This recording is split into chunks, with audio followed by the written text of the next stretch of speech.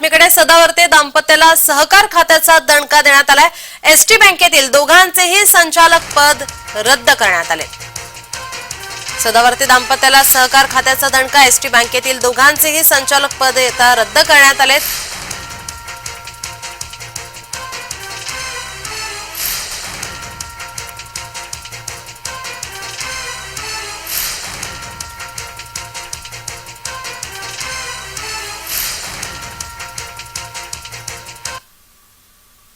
आपले प्रतिनिधी शुभम उमाळे आपल्या सोबत जोडलेले आहेत। शुभम, सदावर्ते दाम्पत्याला दणका बसलाय, काय अधिकची माहिती?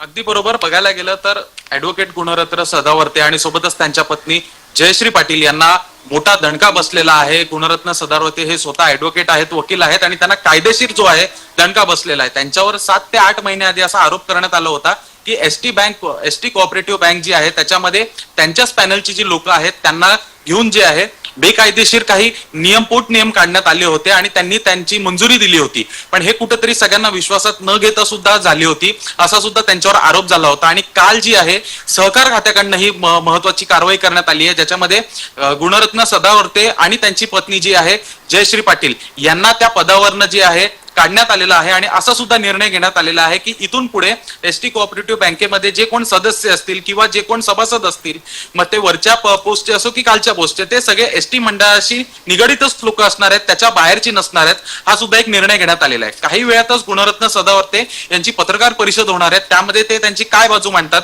हे सुद्धा पाहणं तेवढंच महत्वाचं ठरणार आहे। नीलम, नक्कीच आपलं या पत्रकार परिषदेकडे नक्कीच लक्ष असेल। धन्यवाद शुभम, तुम्ही दिलेल्या सविस्तर माहितीसाठी।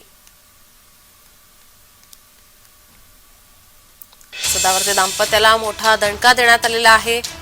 कायद्यापेक्षा कोणीही मोठे नाही हे आता सदावर्ते दाम्पत्याला दाखवण्यात आलंय। एसटी बँकेतील दोघांचेही संचालक पद हे रद्द करण्यात आले।